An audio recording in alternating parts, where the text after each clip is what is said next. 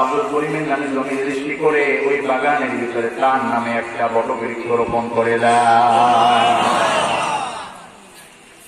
আমরা মনে করি দুনিয়ার একটা গাছ, একটা গাছের মালিক যদি সেও হয় একই দামাস, সেও একটা গাছের মালিক। বলে দুনিয়ার সাথে আখেরাতের কোনো তুলনাই করা যাবে না, দুনিয়ার সাথে আখেরাতের কোনো তুলনা হবে না। দুনিয়ার গাছ এমন গাছ, আল্লাহ রাসূল মুহাম্মদুর রাসূলুল্লাহ সাল্লাল্লাহু আলাইহি ওয়াসাল্লাম রাহমাতুল লিল আলামিন বলেন, একজন কৃষক জান্নাতে যাওয়ার পরে আল্লাহকে বলবেন, আল্লাহ আমাকে একটা গাছ লাগানোর জন্য অনুমতি দেন, আমি একটু চাষাবাদ করব।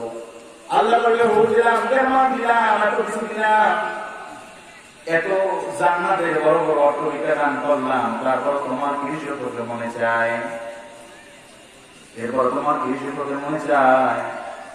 বান্দা আল্লাহ রব্বুল আলামিনের সামনে যায় মিছিল দিয়া বলবে, আল্লাহ লাকুম ফিহা মা তাশতাহি আনফুসুকুম ওয়া লাকুম ফিহা মা তাদউন। বলে বলেন আল্লাহু আকবার।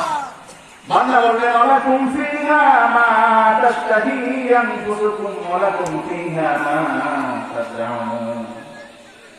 ও আমার রব, তুমি তো বলছো দুনিয়ায় বসে যদি রবসায়ী জিন্দেগি জীবন যাপন করে আসতে পারো, যা চাবা দেবে তাও দান করবো, যা চাবা জবানে তাও দিব। আল্লাহ এত কিছু দিছ, এরপর তো মনোনীত হয় না, তুমি আমাকে চাষাবাদ করার জন্য জমি দাও, চাষাবাদ করো। আল্লাহ রব্বুল আলামিন বান্দাকে বলবে, যা ওই জমিটা তোমার চাষাবাদ করো।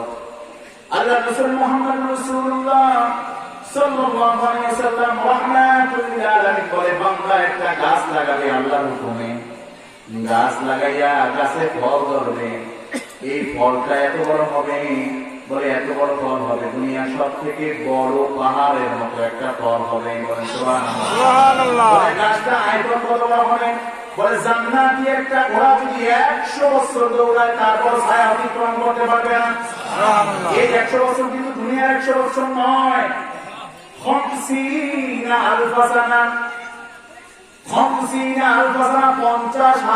বছরের সমান।